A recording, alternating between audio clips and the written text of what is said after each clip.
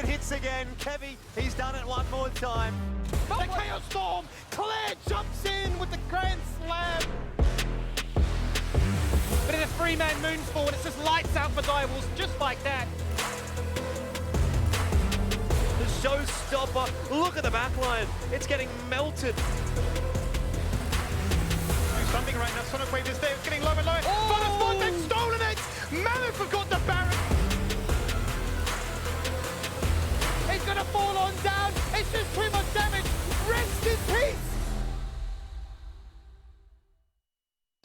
It's week 5, it's day 3. It's in the real world, it is kind of hump day, so we might call it hump day, but it's the end of the LCO week, and we've got a bunch of action to get into, a couple of surprises as well as some fun in the pre-show. Now, before we jump on into that, we got to look back at yesterday and see all the games and how they went.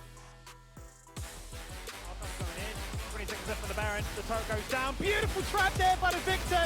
That's absolutely huge. They've taken down 2, and most importantly, they've removed the Rise. Shinky's dead with no protection now for the center. Burton the flash as the horse goes in. Giddy up, because PG are on a ride to victory. Just Longcon, they're being a supreme display of talent, and he will die looking for that opportunity. Mammoth a little bit too strong so far. They're low, but the stasis effects are broken. The resets of these cooldowns is too strong. Triple team fights, triple kills. I mean, the Target they're after. Solifay connects, and maybe it is the target they want. They find the Tom Catch. Big damage turns around though. Look how much the Super Mega Death Rocket did that time. Combo that with collateral damage. Not too much to answer back now. Fido goes gold. Will Kanga protect him? No, they will not. Mid lane is removed. Rage jumps in now. He's got the white and the green. He's sniping from afar. He can't kill confirm, but after can. And look, it's World Humble Day today, apparently. So, guess what? We have Max here to have a quick chat to as well. Now, Max, look, you're a fresh face on the show. I need you to tell everyone who you are if they don't know who you are, because I've got to put my Menulog jacket on. Alrighty, I'm Max, Maximize for those of you who don't know me. Used to be a pro player, currently a sub, and just enjoying all things LCO at the moment. That's right, Mac. No, don't worry. I've got you. You know, as you can see, Max is joining us here for today. Because Biopanther is still in the starting lineup. I've actually just found out it's Biopanther's birthday today, so hopefully a good luck charm. I would have said otherwise, you know, get Biopanther out the roster, bring Max into the game, and let's just run it back like it was 2021. But here we are, Max. Happy birthday, Brandon. Look, run it back indeed. But of course, we are here with Menulog Meal Time, and we're going to have a quick chat about what you guys can do to win a $30 gift code. And of course, you type MENUPOG in chat, just as like the last couple of days as well. MENUPOG in the chat, wait a little bit. It'll be open for like 1 or 2 minutes, so make sure you get them in right now. You can win yourself that $30 Menulog voucher and buy yourself some dinner for you, your friends, your pet, or as we mentioned yesterday, you can just flex it and just let everyone know you got 30 bucks on Menulog. How cool's that? Now, while we're waiting for this to all go down, boys, all right, talk to me. I wouldn't go to Perth usually, but I think we're going to be there today. Now, we're looking for a breakfast, all right? We've got a flight in a couple of hours. We know that we can't order something that takes too long. It's got to be here pretty quick, so I'm thinking fast food. What kind of breakfast are we getting today on Menulog? A very good question. I'm just eyeing up that French toast, quite honestly. Love a bit of sweet tooth life for my style. Always been big on the lollies growing up. Dentists hate me. Stomach maybe hating me too, but it's working out for me so far. So get that French toast in, yeah. That's it. What about you, Max? What are you getting? I couldn't go past a couple hash browns, you know? The cheeky little Macca's hash brown in the morning. Oh, they're unbeatable. Not bad. I'd probably just go something real simple, like long black, and if I got a food, just like a banana. I don't know if you can even get a banana from anywhere on Menulog, but that's what I'm looking for. Do it. Make it happen. Make it happen on, you know, one of those bloody groceries or whatever. Anyway, look, that is all we have time for here on the Menulog Meal Time. Make sure you got your MENUPOGs in, and congratulations to the winner. But let's have a look at the leaderboard, jumping on into today's game. So far, so good. At the top, this is the day where it's not going to look the same anymore, Skimmy. 10-1 for both Peace, both Chiefs. But of course, Max, look, you've got your chance to have a quick say on this leaderboard. Yeah, I think the thing that has surprised me the most is how dominant Peace have been and how long they've been able to stay at the top, right? A lot of people coming into the season had them pegged around the fourth to third, I guess, place. Definitely not predicting that they would be this dominant and have such strong showing against the other top teams. Now, Skimmy, talk to me. We're going to see that first game of the day being Direwolves and Mammoth. So what are we expecting from that one? Because we might actually have a completely beautiful 1 to 8 leaderboard after today. We may do, yeah. I mean, today really is as stacked as it gets, right? You know, if you're looking for 4 matches in a row, if you're looking for the perfect schedule, you're going to find it here in the LCO. Pretty much grab a buddy system is taking place, right? You're saying, we're tied in first, we're locked in 3 and 4, whatever it might be. We're taking it into the rift. You know, it's a 1v1. It's a bit of a duel. It's a show-off. It's a finale. It's a showcasing of just how good we are. Obviously, Direwolves have beaten them so far, but Mammoth have looked really good in recent times.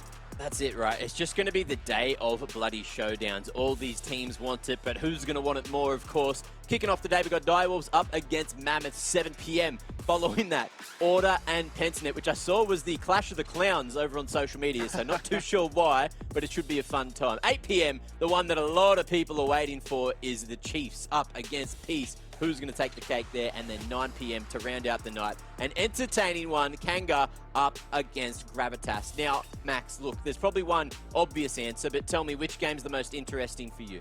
I genuinely have such a hard time deciding between PGG versus Order and Peace versus Chiefs. I think both of them are really, really impactful on how the top of the, I guess, leaderboard is going to look heading into playoffs. I think overall, though, I'd say the one I'm most interested for is Peace versus Chiefs. I think both teams have looked so strong, but in different ways, right? So it's going to be a clash of styles that work so well against other teams in the league, but how well do they work versus each other? I think that's a great question, and look, we can discuss that a little more when we get that little bit closer.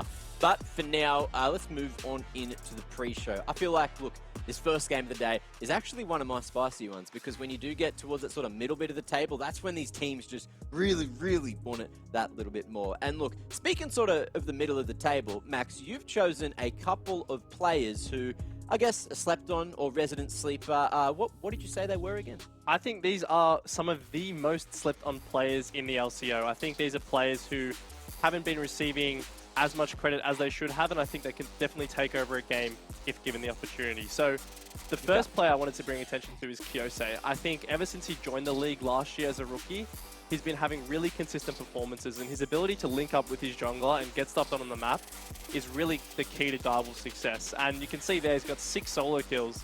Like, this man knows how to play his champions, he knows the mechanics, and he has that ability to step up when the time is right. A similar player to that is Rhea Fury.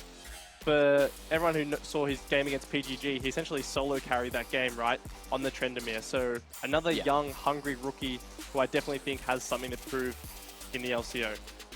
And what about Zeus there as well? So I'm looking at him. We know that he's had a huge amount of impact for Gravitas every time he's come in. I did think he got shut down last couple of days, though, because he's getting his champs banned away. Yeah, I think one of the reasons I wanted to highlight Azus here is just because of his champion pool, right? As you said, Mac, like, he is known for picking these niche champions like the Nocturne, like the Fiddlesticks. And I think when you're a team like Gravitas, who is towards the bottom of the leaderboard, being able to bring out these unconventional strategies and stuff that teams haven't really prepared for is actually really good benefit, right? Because you can take teams by surprise, you can take games off better teams, so to speak. So I think his ability to do that and, I guess, flip the script is really, really important. Yeah, flipping the script, changing that meta. Now, Skimmy, anything you want to add on these sleeping beauties? There's some beautiful people on my screen right now. I think this is a good one, right? Obviously, that initial game where he came out and, you know, they got their first win for Gravitas, right? He played the Nocturne, it looked phenomenal. We were crying for him to come back. He plays that next game, only a couple of days ago, really, the Trundle into Chiefs, and it just looked terrifying. I mean, Rage just wasn't having any fun at all. Obviously, got shut out a little bit last night, but it's not that big of a concern. I think, for the mid laners, though, really good talking points right there. You know, Rhea Fury, debut season, he's coming in, he's looking like a top 3 contender in terms of those solo kills in the league, so he's certainly not shy of any aggressive tendencies, and I think Kyosei has gone from strength to strength, right? His time on Gravitas last year, proving that he can play, you know, the carries, the enchanters, he has the in-houses going into this split as well, and the expectations continue to grow. Well, look, speaking of expectations, I've got pretty high expectations for you two on the desk. You want to know why? Because I've got some questions for you. It is the LCO champion conundrum. Is today the day luck's with you? Is it now your life could read you? Then you must play the game, cause I have to proclaim life's a game of chance. Look, I think Max perfectly fitted on the top of Rusty there. You know, same physique, same build. Couldn't even tell Rusty was behind him. So, of course, welcome to the show. Today it's going to be Hot Seat. I would also like to call it Who Wants to Be a Lollionaire. We've got 5 questions for you guys to answer. You know, you can phone a friend if you want. That is an option. And they're all going to be multiple choice as well. You've got 4 you can choose from. And look, let's not waste too much more time. You've got 30 seconds to answer after we go through what the answers are. So, let's jump on into question number 1. So, of course, which player has the highest KDA this split in the LCO? I know this one. I'm pretty sure it's just Jayon. I'm pretty sure just right off the bat. I don't even need to see. I don't even need to see. Can you trust Let's me? look at it. Lock it in. Is it A, Jayon? Is it B, Beats? Is it C, Puma? Or is it Okay, D, what do you reckon, Max? 'Cause, Lisa? like, we're working as a team here. I know it was Beats ages ago, but Yes. that's changed. That's changed. I do think I agree with you on Cheon, and you said it so confidently that I believe in you. I trust in you. I think the top 2 is Cheon Puma, if I remember correctly. I'm going to go one step further. Well, so you want to lock in Cheon and Puma? No, Cheon has the highest KDA. I'm pretty sure Puma was second, but that's just bonus points. Is that your final answer? Final answer A. Final answer A. Lock it in, Eddie. I don't know who that is, but lock it in. Is it A? Let's find out. It is! Congratulations, boys. Good job. Now that's question 1. So you got through it. You're still alive. You're still kicking. Now let's jump on into question number 2. So, which of the following players has gotten 2 quadra kills this split in the LCO? Is it A, Kratos, B, Raze, C, Puma, or D, Piglet? What do you reckon, Max? It's not Piglet, right? I'm pretty convinced it's not Piglet. I know Puma had like 1 quadra kill. I remember he got that stolen, but I think I would remember if he got another one stolen. So I think it's between Kratos and Raze for me. I think it's just Kratos, just because he's had 2 pentakills stolen, right? So it would be Kratos for me. Yeah. Just out the gates. Cool. Yeah. Okay, you done? You lock her in? Yep. Lock it in A. Lock in A, Kratos. Yep, confident. Come on. Oh, look at us. Congratulations. Give us some questions here. Beautiful. 2 from 2. You guys are killing it. Now we've got 3 more. Let's jump on into them. The game between PGG and Direwolves in week 2 had the most kills so far this split. How many kills were there? Was it A, 35, B, 38, C, 42, or D, 44? I mentioned this last night when they had their rematch. I know it's over 40. It's over 40. I just don't know exactly how many. You want to phone a friend? It's an option. What do you reckon, Max? Do you have an idea? 42. I have no idea. I think we're gonna have to call some support. Need to phone a friend. Who do we have? Who are you calling? I think we'll enlist the help of Kitty. Let me see. Kitty? I think she's available actually. Kitty, are you there? Hello, guys. Hi, I am the friend that you guys are needing, and I'm gonna give you guys a hint. It is indeed in the 40s, but you know. Okay, it's in the 40s. Are you aware of what it is? Guys, come on. Guys, you got to ask questions. This is your phone call. Kitty's throwing up gang signs. She's throwing up gang signs. I'm convinced. Yeah, 42. I'm with you, Max. Let's lock it in. Lock it in C. Well, thank you, Kitty. Bye, Kitty. We'll see you next phone a friend if there's another one allowed. But we don't know if that is. Anyways, lock in C. Yes. All right, lock her in. Are you correct? Oh, look at us go. 3 all for over 3. it. Yes. Absolutely all over that. 2 more questions though, so 3 from 3, not too damn bad. What is the average amount of kills per game so far in the LCO? Ooh. Is it A, 16? That's a Is good it B, question. 19? Is it C, 28? Or is it D, 29? This one's actually a lot harder than the others.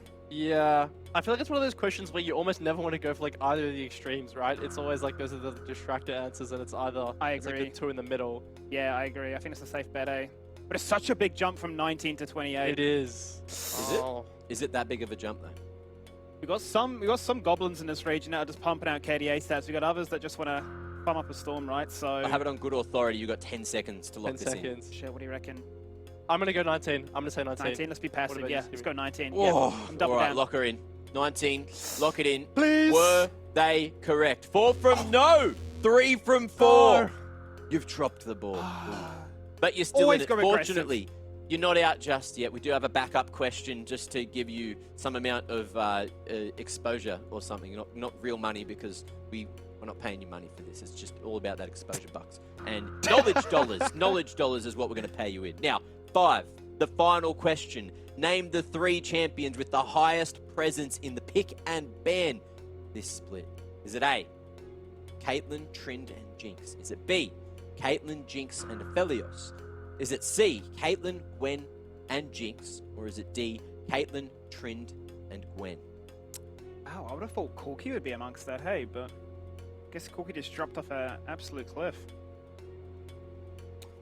What are we thinking, I'm boys? trying to think when Talk those to me. champions became meta because Tryndamere, I don't know if it was like being like slapped straight away week 1. I don't think teams were like playing it like every single game, so I don't know if I could call it that. I'm pretty sure Caitlyn and Jinx are in there. I'm pretty positive. What do you think, Simi? Yeah, I'm not sure because Gwen's definitely come in recently, hey. I just don't know if it beats the 80 carries. They've been so popular. I'm looking at A, but I'm not sure if I'm being baited. Okay. Tryndamere, Well, I'll give you a Gwen. hint. Would you like to go with a 50-50? Oh, give us a Oh, 50-50. Absolutely. Yes. Right. It's not C. It's not A. Oh, it's not C or A. Oh, Oh, crap. So, B or D? I feel like it has to be. I feel like Jinx Jinx has been so prevalent. We just think triple 80 carry. I mean, yeah, the presence would be high. I just don't know if they get banned Gonna that have to much. hit you with the clock. 10 seconds. All right, up to you, Skimmy. I called the last one. Let's just double down. B again. B again. We're on that 80 carry hype train. Okay, Let's we'll go. lock her in. B is locked in. Come You boys, Oh. unfortunately, No. I'm sorry, you're Skimmy. 3 I'm sorry. from No. 5. You're 3 from 5. Look, I even Damn. gave you the 50-50 on that I one. know. So that, I feel like that was quite difficult. But congratulations, boys. You've won yourselves 3 out of 5 knowledge bucks today. Cash them in some other week, not right now. I don't have much money on me. Just unfortunately. validate us. Now- That's enough. Yeah, you're valid. You're valid. We love you. Now, of course, that is it for the LCO Champion Conundrum. Thank you all for tuning in. And now it's time to jump on into something much more interesting for you fans at home. And it's your content from the fans today.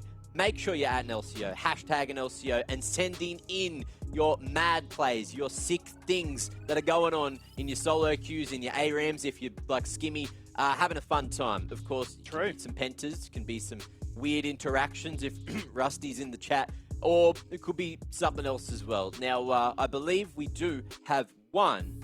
So let's have a quick old look at what it is. I believe we've got some comms on this one, potentially. I Yes. guess we'll have a look in just a moment. But as far as I'm aware, it is... Oh, who do we have here? Oh, big Let's have a ties. look. Skimmy, talk me through this one. All right, so what have we got? We've got a Malcone 1v2 situation. He wins these. Level 3. He's just going to kite them. He's just going to run away and farm at the grass pack. Get absolutely clapped by the minion wave. That's why you don't fight amongst that one. Revoke is revoking your privileges to play the top lane. As Mundo flashes away. But where are you going, son? It's an easy double. Beautiful. Minion management. Mechanics cooldowns. Vision denial. It's got it all. Not too bad. Max, any thoughts on the clip? Big tires AU. That's pre-rework Mundo. That's the old Mundo and the old top laner. I haven't seen that site for ages. But no, Digging definitely a very solid outplay. Going through the archives. So if you guys have anything in the old tank, you know, something you want to show, I think I might have a couple I could send in that I might have got last year. I don't know. Could send them in.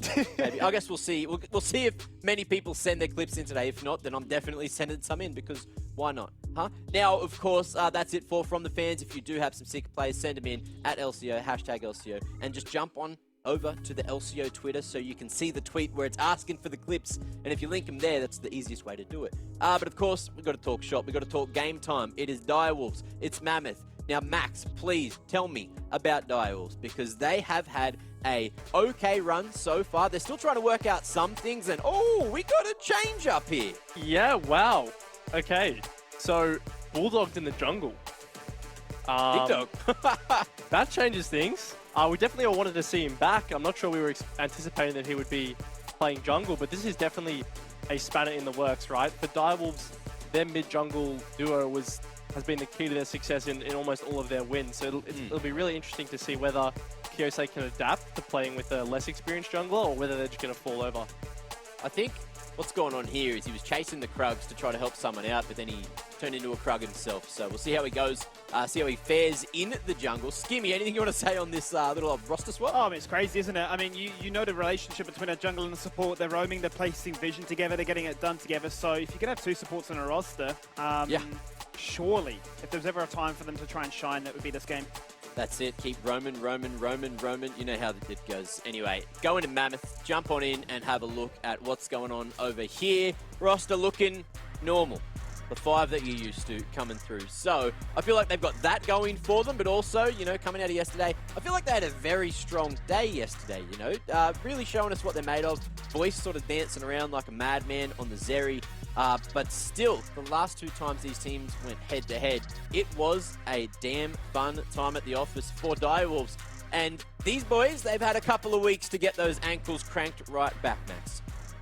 Yeah, the last game, I don't think Ryu Fury wants a repeat of what happened. Kyosei absolutely styled on several of Mammoth's players in that game. So I think heading into today, it'll be interesting to see whether they have changed their plans, you know, to incorporate the new players on Direwolves, right? Because if you prepare drafts for Gudo and then suddenly you're going against Bulldog, that can really change how a team approaches the game. So it'll be interesting to see if they're going to implement some new stuff or we're going to see the same old Mammoth. Yeah, I guess we'll see once we do get all the way to that champ select. But look, for the moment, I feel like if Mammoth don't get that list just straight on a ban, then they may be in for a rough time because Kyosei is a scary prospect on the best of days. Now, let's start talking mid lane between these two, Skimmy. You know, you're looking at Ryu Fury, who's been a key piece of the puzzle for Mammoth, but you're looking at Kyosei as well, who is one of the sharpest, one of the greatest players we've seen in mid lane throughout the sort of middle of the pack from the last couple of years of LCO. And it's really going to be another test because last 2 times they went to head, Ryu Fury, of course, he got his ankles broken and things didn't go as planned. He was on that Yas and he wanted to have a damn good time, but things weren't working. Minions weren't there to dash through. Man was just having a rough day at the office, wasn't he? He was, yeah. And I think, quite honestly, Kyosei's champion pool actually diffuses a lot of the aggression that Ryu Fury brings to the table, right? Like, you look at the last 8 games, you're looking at the side of Ryu Fury, it's champions like the Tryndamere, the Kassadin, the Zed, the Yasuo, whatever it might be, right? He wants to get in your face. He wants to try and get some kill pressure. He wants to try and get those solo kills, as Max highlighted already. But, you know, you look at the side of Kyosei, once again, he can play those Enchanties, he can play those counter picks, he can play the control mages. So I think he's going to have a really good chance. I think the difference makers we've seen countless times already, the split is going to be the jungle influence, the 2v2s, the early, you know, roams and initiations that can take place. And that could be a big moment for Mayfun to continue, because I feel like yesterday he had his best game of the split so far, so if he can continue to shop at that rate, especially into a substitute jungle on Direwolves, that might be the edge that Mammoth need. It certainly might be. Now, we were talking about the mid lane matchup. Let's have a look at it with some stats to follow up some of our opinions as well. So, Max, talk to me. What's going on here? What do these numbers mean? And what are you looking for from both of these mid laners? I mean, the crazy thing to me about this stats is that their kill participation is essentially the exact same, right? So they're getting involved almost equally with each other. And that really says that these guys are the focal points of their teams, right? And if you watch Direwolves games, if you watch Mammoth's games, a lot of the pressure does come from the mid lane. So whatever mid laner gets ahead in this game and is able to snowball and roam and affect the side lanes, I think that's going to really dictate how this game goes. Yeah, they're the focal point. They're also a little bit of the vocal point, as what we've heard as well. So lots of comms coming up from these two. Of course, mid laner, you are that center of the pack, so you kind of need to try to influence the rest of the map as much as you can, but also keep winning that lane. So I guess in the laning phase, are we going to see something similar from these two as last time, right? You know, Ryu Fury didn't have that great of a time, and I wouldn't expect him to go back for the Yasuo, right, Skimmy? Possible. I mean, it all depends what comes down in the draft, right? We definitely have seen a bit of a targeting in the ban phase towards both of them, removing a few of those champions, which on one hand are meta, but also are so annoying to go into. They both have pretty high kill participation, so, you know, if you can limit their impact on the map, then it certainly is going to be a key to success. I mean, we've seen both of them really be the, you know, the engine in those first 15 minutes, but I feel like both solo lanes, like top and bot, really carry them come late, giving them those, engage angles, giving them that sort of insurance policy of big damage if they are focused, right? You hit a zone, you're dead, but hey, you forgot about my AD carry. So there's definitely a big focus, though, on this mid lane. Yeah, there's a little bit of that, but look, you can focus on that, or you could call your friend, which unfortunately in League of Legends isn't that prominent. But look, it is here on the desk. Let's bring Kitty back in, because I'll give her a quick chat again. Who do you have down on the side lanes to call on the blower? Hey guys, you guys may have called me in for the call a friend, but I'm gonna call in Bulldog for the interview. So let's grab him. Hello Bulldog, how are you feeling first game of the day? Yeah, a little nervous. I'm off-road, but like, it happens. That's okay, I'm eager to see what you can do on the jungle role, but let's talk about your statistics. So Direwolves are currently sitting on a 100% win rate when you guys are ahead in CS at 15 minutes. You being usually the support player for Direwolves, you can't actually contribute to the stat. If you were to give a motivational speech to your players, what would it be? Hey, just press your buttons better than the enemy. That's about it. Keep it simple. This is kind of off topic, but when you play League of Legends, you know how you have to press Q, W, E, R. Do you use 3 fingers or 4 fingers? Hey, yo, I use 4. Who used 3? Hey, whoever used 3, y'all weirdos. No cap. Well, I guess I'm a weirdo, but someone who isn't a weirdo is Mammoth. So you guys are going against Mammoth tonight. Both being tied for 5th place means you guys are also around the cutoff for playoffs. So what will Direwolves be doing so you guys can grab the upper hand tonight? I mean, our team took advice from PGG. Instead of meeting them in the top lane, I'll be coming in through the jungle, you know what I'm saying? Well, you stuck to your word. Prater didn't actually stick to his because he didn't actually go top lane. Well, best of luck, Bulldog, and I'm excited to see what you can do on the jungle. Yo, maximize me handsome as fuck. Yes, sir.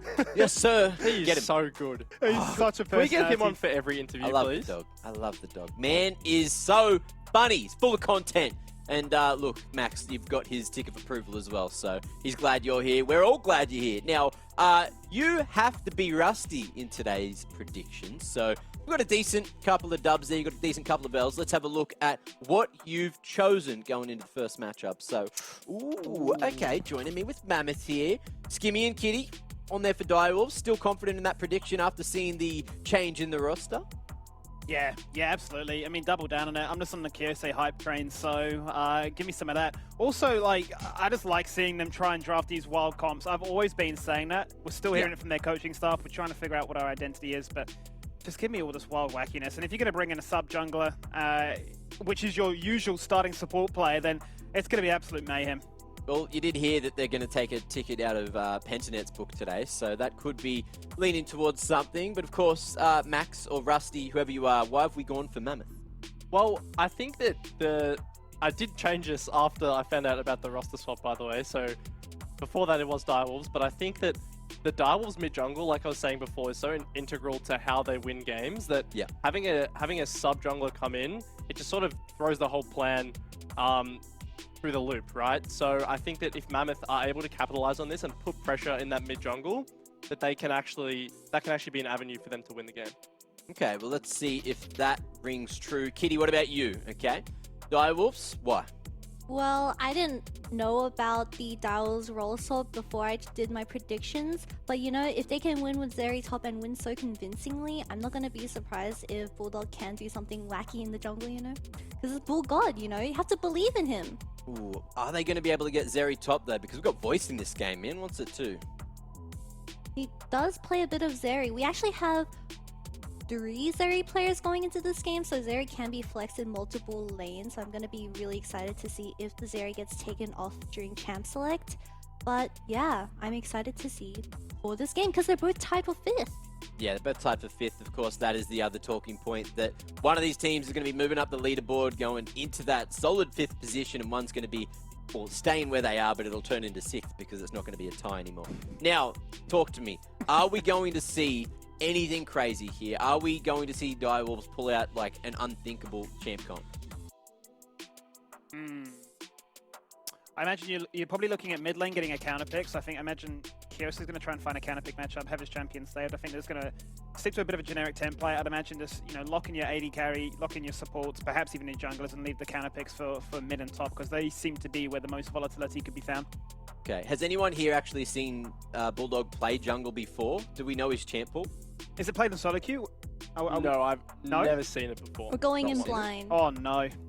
Oh, Yi-Main, surely. Gonna be Yi-Main. Yi in the LCO. Let's go. He's got a pocket Make him Rammus the like carry. UMAC. Yeah. What are support champs? So like decent jungle champs like that work? Ivan? Yeah. Maybe? Yeah. Sure. Does it work well though? I heard he wasn't like too into the meta at the moment, right? It's super niche. It's super niche. Like you have to have a fair amount of games on it to be able to make it work. But Yeah. you never know. Surely we just go back a few seasons, right? We bring back like Alistair, Nautilus in the jungle, and it's just it's a seamless transition. What about like a Shaco? Would he suit a Shaco? Do you think he'd ever played that support before? Well, I don't know. Let's answer that question right now because Champ Select is ready. Let's jump on into the game and good luck, Max. Thank you, Mac. Yes, here we Alrighty. go, Max. It's a new face, right? First cast. Here we go on the LCO. Shake it all off. Get excited because here we go. Mammoth on the left-hand side locking in their draft. The Fresh has been banned away to Caitlyn 2. There is the Gwen, which taunted us in a little quiz earlier. Let's see what Mammoth go for their first pick this time around. And there's the other high presence AD carry. I think that we're essentially seeing a Phelios Jinx handshake trade almost every single game now. Both AD carries are pretty comfortable on either side of the matchup, so it just comes down to player preference and what you have more success on. Good question. Very good question indeed. What would Direwolves respond with? Would it just be the classic Jinx trade into perhaps a Lulu? We have seen teams hold the support a little bit later on in the draft to make sure they can get something a little bit more aggressive and don't feel that they're just going to get traded into like a Nautilus or Leona. But Jinx seems like the most obvious choice. Jungle options, what will Bulldog go for? If you are thinking meta, it would have been something like this, the Viego, the Gwen, the Diana. Could have been a Zed on this occasion.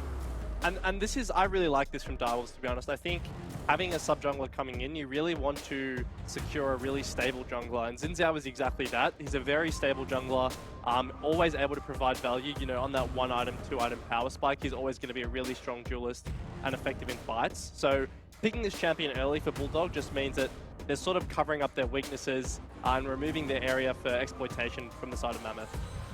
No doubt at all. Plenty of engage options, should be used to that as a support as well. Luda going to be denied from the Direwolves, so Mammoth are going to look that one in. Would have worked really nicely with the Jinx, obviously, but also with the Zen.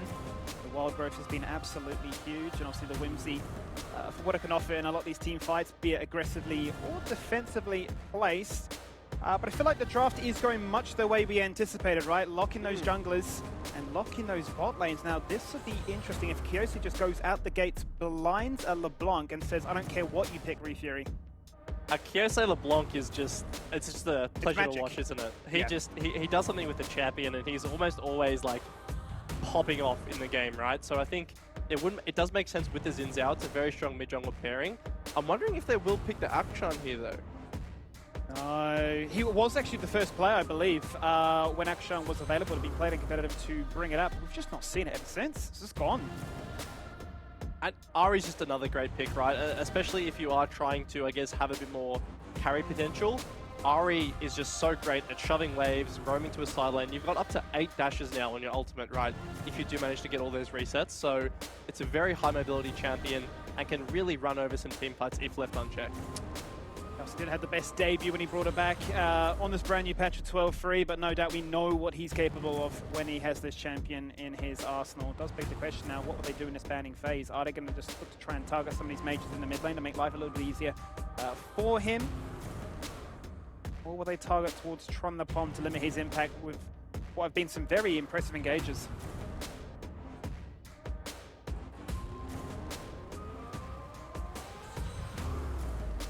Yeah, and heading into, I guess, the second phase here, you really want to pick some strong blinds here from Mammoth so you can, I guess, enable your jungler to play towards the bot side of the map. Typically, when you have a Phelios Lulu, you want to give it some attention just so it gets the scale up and have that impact in the mid to late game. Yeah. So I'm wondering whether Tron the Pom will pick, something like Gragas, which he's shown before, been really good at, or if the solo lanes are confident enough to sort of pick a double flex. Right, Trendam is a pick that comes to mind that can be played both top and mid. pick something like that and sort of give a bit more uncertainty to Direwolves as to how do we actually counterpick. Yeah, and they've done that countless times already, right? On the side of Mammoth of locking in that Trendemir. We have got word also from production that Direwolves actually lost their last 2 bans, hence why it's just infinitely flashing, nothing being locked in here just due to that late submission of Bulldog coming in and Gudo being subbed out. So some limitations here in the draft. That could hurt. We'll have to wait and see. But it does give Mammoth a few options off their own, and they're going to target the bot lane for Shinky. Yeah, and I actually think that the loss of bans is actually quite impactful because Ahri in itself has actually quite a few decent matchups that you can pick into it, right? Stuff like the Twisted Fate, stuff like the Silas that can just steal itself and have it for himself. I think that you would, as Direwolves, be wanting to ban those heading into the 4th and 5th picks. So I think having that potential removed could definitely hurt their plan. Certainly could. When you see a Karma locked in as well, you think, are they just triple flexing, right? We're going to get an Ahri support. We know that Curiosity can play that as well. But the response here from MF seems to be at this stage of Caston. We have seen him be played a few times from E-Fury. It's one of his most played, also in the solo queue landscape as well. But no! Actually going to go for a Seraphine. So are we... Well, this is interesting. A Seraphine mid lane, you'd have to imagine. Yeah, it's quite a good neutralizing pick, I think, Seraphine. And I think it's the first game that we're actually seeing it this split. So I think it's a really good answer, especially when you have something like the Aphelios. It essentially just acts as a secondary support. And with the Shenlock in, we're essentially seeing protect the Aphelios at all costs comp coming out, where the Aphelios is really the only damage present on this comp. And played so well last night, right? Tron played this matchup into Agragas and was able to navigate it quite effectively. We saw what it meant, though, for the Zeri in that game. There was all that protection. They had the Lulu, they had the Shen. He went in, he was just getting triple kills like it was as easy as they come. Now, that is going to be another Vayne. Now, we did see this from Zorenes. He was the first to play it in the LCO this split. He played it into a Scion matchup up against Order, but it didn't really hit the mark you're looking for, Max. Yeah, I think the Vayne pick actually makes a lot of sense in this game because when you look at the side of Mammoth, there are no real answers to the side lane threat that a Vayne provides in that mid to late game, right? Like, who's going to contest her really? A Shen can't do anything on the waves, and a Seraphine is just going to get outscaled and doesn't have the damage to actually kill Vayne. So I think if you are Direwolves and you're saying, okay, hey, we've secured the Ahri, we've secured the Karma, we've got a pretty safe rest of the team comp. Now we just pick this Vayne, you go sit in the side lane, and you win the game for us. Seem quite nice in that regard, right? If they can hit that point of the game, that is the big question mark, if they just can hit that moment. And I suppose, initial impressions, we're looking at it, right? Obviously, a lot of support targeting Aphelios to make sure that Voice can literally just run it back like last night again. But on the side of Direwolves, double AD carries with that Karma, are we sort of seeing similar archetypes here of just, pocket the AD carries and let them do their best? Yeah, absolutely. It's definitely going to come down to a battle of the AD carries this game. Frost on the Jinx, definitely having that reset potential if he gets going in a team fight. But similarly, I mean, how many shields does Voice have, right? Like, this guy can take so much damage in a team fight, and he's not going to have to worry. He's got the Shen ult, he's got Seraphine W, and he's got all the healing and shielding that Lulu provides. So it's definitely going to be a bit of a war of attrition between these two marksmen. Feels like throwing me back to the side of the LCS where Cloud9 are just drafting all the supports in the world, and the AD carry basically says, well, if you die, we've done something terribly, terribly wrong. I suppose initial impressions also as to which side you're favouring. We've already talked about how it's going to be very hard for them to try and deal with this Vayne in the side lanes later on, but to get to that point, who would you give it to? Yeah, I think I do slightly favour Direwolves draft. I think in terms of ease of execution, they do have quite a straightforward game plan. I think I'm not really a big fan of, put all your eggs in one basket, team comp, and just let Aphelios do everything, because there are answers to that, right? And we brought up the point about the split pushing before. I think if you just have Aphelios mid permanently and Vayne in the side lane, Mammoth are going to be under a lot of pressure to respond to those side waves later in the game. And unless Mammoth can get really, really ahead and, force objectives and force Direwolves to come to them, I think Direwolves can just play a stable game, outscale on the side lanes. And that seems to be the name of the game, right? The fact that that Mammoth want you to group up, they want to engage in those team fights because that's where they excel, what this 5-man roster brings. But if they can hit the split push, as you say, it all breaks apart, right? They're finding picks, they're forcing 5v4s. It's becoming a little bit frustrating in that regard. And I guess it begs the question then, what does it look like for the first 15 minutes in terms of plates being traded for Heralds, for Drakes, and so on? It's going to be a very different look here for both teams coming into this one, especially compared to their last game where Direwolves flat out just wiped the floor with them, right? 29 kills to 9. Yeah. Certainly not short of any aggressive options in this game too. Yeah, absolutely. And bot lane is definitely going to be the point of focus in this game for me. I think how this bot lane plays out is going to be really impactful on the game because, you know, if Frost and Shinky are able to get a lane advantage and sort of keep this Aphelios down, well, then Mammoth's whole plan of, you know, letting the Aphelios be the 1v5 carry is going to really be stopped in its tracks. So I'm expecting to see a lot of jungle attention towards this bot lane, a lot of ganks, and we'll see how it goes. Certainly will do. Really excited though for this mid jungle, especially given the fact that there is kill pressure there. Maybe not as clear cut as we've seen in the past. Certainly no Yasuo and Diana, but on the side of Direwolves, you can imagine it's a charm, it's a dash, it's a kill. It's as easy as that. I suppose ease of execution really seems to be the staple here at the side of Direwolves, whereas Mammoth, yeah, sure, Re-Theory has the stats right as a big contender with the solo kills, but Seraphine's certainly not the kind of champion you'd associate with that stat. Yeah, there definitely is a strong 2v2 potential. I actually don't mind it from the side of Mammoth. I think Trundle has historically been quite a good pick into the Xin Zhao. You know, it's probably the strongest 1v1 AD bruiser in the game because it just takes your AD with the ult, with the Q, and it makes it really hard to fight that 1v1. And especially when you have a Seraphine, I guess, backing you up, if Direwolves don't manage to get a, you know, like a charm into one-shot combo, it's actually going to be really hard for that 2v2 to go in the favor of Direwolves, right? There's just so much sustain and so much health on the side of Mammoth. Yeah. So it'll be interesting to see whether Yosei and Bulldog decide to, you know, take those fights, or if they push the waves and start moving into bot dive or dragon, something like that. I guess that begs the question also then, sort of like, what is the game plan for both of these teams approaching these first few moments? Because you clearly want to see how this Vayne performs to start off with. You can't afford that Vayne to fall behind. You can't afford that Ahri to fall behind too, for the points you mentioned with the Ahri charm connecting and, you know, no damage coming in out of it afterwards. But here we go, loading in for the very first game of Super Week number 2. Both teams tied in 5th with an equal score. This does feel like the battle for playoffs, that 5th and final spot. So here we go.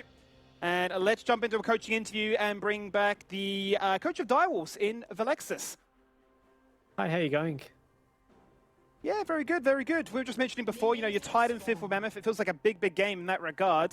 But on, I suppose, a more personal note, you've been unable to crack any of these top 4 teams so far. So would you see a way that you could actually push higher in the standings? Yeah, for sure. I think over the last few weeks, we have really been finding our identity as a team. I think yesterday against Pensinet, like it showed we had their number for majority of the game. Just one slip up when they had Baron, and it was a disaster. They just ended the game, which is, you know, well played by them, obviously. I do also want to say, like, this is a very important game, and it does suck that Gudo was unfortunately had an emergency, so he couldn't make this game. He had a dental appointment, and he's been very groggy ever since that occurred. That's why we had to emergency sub Bulldog in. But Bulldog should be fine anyway, so hopefully we'll get the dub. You hope so.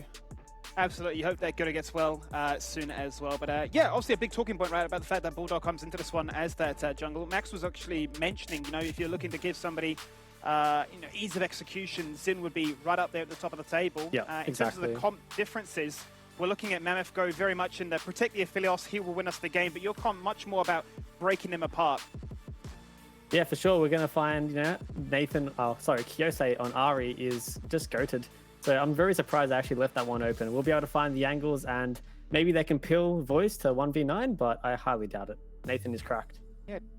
Yeah, oh, and we've seen it time and time again, right? Despite what happened earlier in this split, we know the pedigree that he brings to the Ahri pick. On a final note, just before we jump into this one, looking at the draft, are you sort of happy with how it all worked out, given the fact that you did actually have to lose 2 bans? To be honest, yeah, I'm very surprised. When I think about Rue Fury, I do think about, like, you know, lane domination. I don't really think about Rue as a Seraphine player. I think Rue's by far, like, one of Mammoth's best players, and the fact that they put him on Seraphine duty is a little bit unfortunate, in my opinion, for him. But hey, if it works, then shout out Arsh.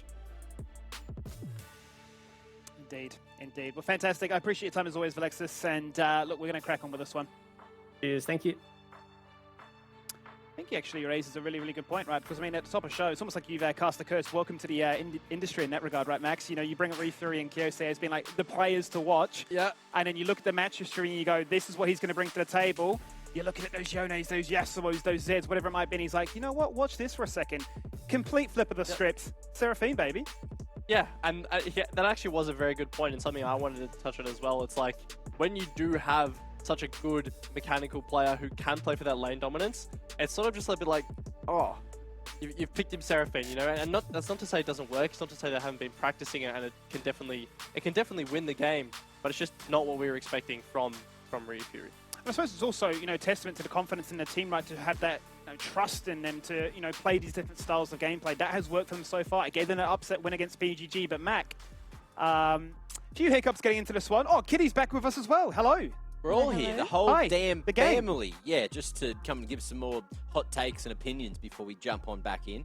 Now, that was an interesting interview. You know, great little bit of insight there. But also the draft. Talk to me, Kiyose on the Ari. Is it going to be as deadly as I'm expecting? Yeah, I think it will be. Yeah. But I think Max raises a really valid point, right? The fact is that if you're not getting that one shot, they just have too many heals, too many shields, too much lockdown, right? With the frozen domain, with the pillar that they can just run at you. They can, you know, obviously subjugate later on as well. It's going to be very hard to try and take them down. So almost feels a little bit similar to like the games we saw yesterday where you're drafting things like a Diana Kiana. They need to be accelerated nice and early. Okay, so just quickly before we jump on into something else, Kitty, can you tell me, what are your thoughts on the supports going into this one? Are you happy with what they got? It's just Enchanter versus Enchanter. There's not much to talk about, but I do want to say something about, I believe it was Mammoth's team comp. So they have the Aphelios comp. They have 3 shields, I believe, going into that game. But they don't have another carry other than the Aphelios, unless the Trundle gets ahead early game. And I'm looking at Dials' team comp, which is the Vayne top with Xinjiao, Ari, Jinx, and Karma. They don't actually have a clear initiator CC, like maybe from an Ari charm, but it's not like a you press the button and everyone goes. So it's pretty hard to actually engage and maybe even start team fights. You just have to wait for Dials to actually hit the go button. Okay. I mean, Mammoth's go button. So they have to play kind of towards that. And if this Aphelios doesn't get fed, it's kind of doomed for Mammoth. Yeah, well, I guess we'll see if they and how their plan is going into the game once we get there. But quickly, we are going to go to a short break, and then afterwards we'll come back with the game. So ladies and gents, don't go too far. We'll be back just after this.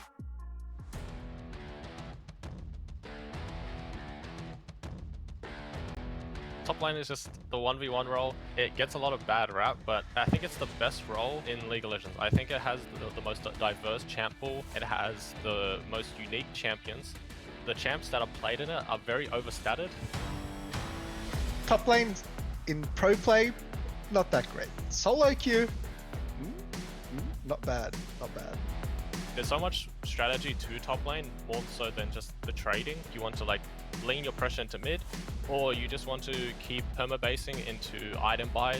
You can just force your enemy opponent to base on your base, so then you can just keep getting item advantage, and you keep playing like the econ game. If they don't match your econ, then you're the one with autonomy of the matchups, and then you can play towards them and like put the pressure on. You need to be kind of a self-sufficient top laner. When the jungle ganks you, you need to be able to dodge the gank and survive and farm up to 2 items. And after the 14-minute mark, when Riot lets you out of your cage to let you play with your team, you should be well farmed up and ready to fight and carry team fights.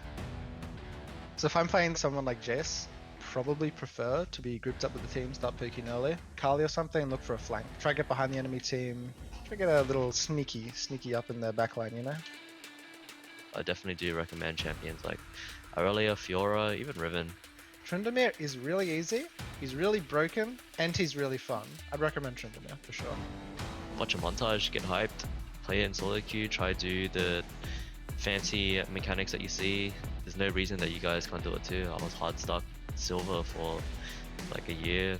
Once you get that dopamine hit when you do a flashy Aurelia King play, you just keep doing it. I think that's the most satisfying thing about League of Legends, especially when you're new.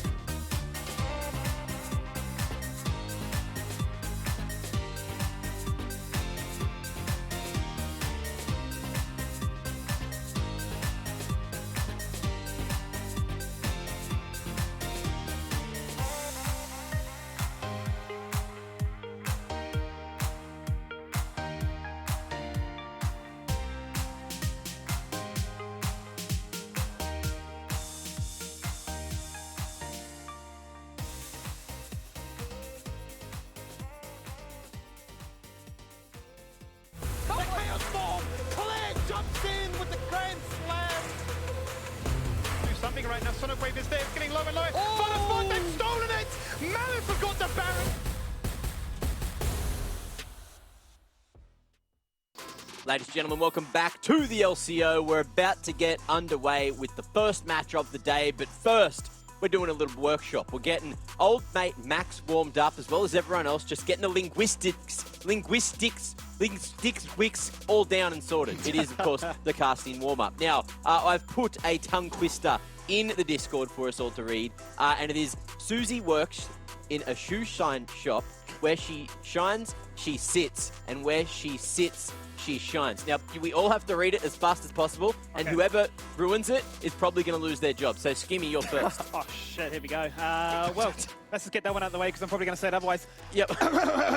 Susie works in a shoe shine shop. Where she shines, she sits, and where she sits, she shines. Wow. Not bad, not bad.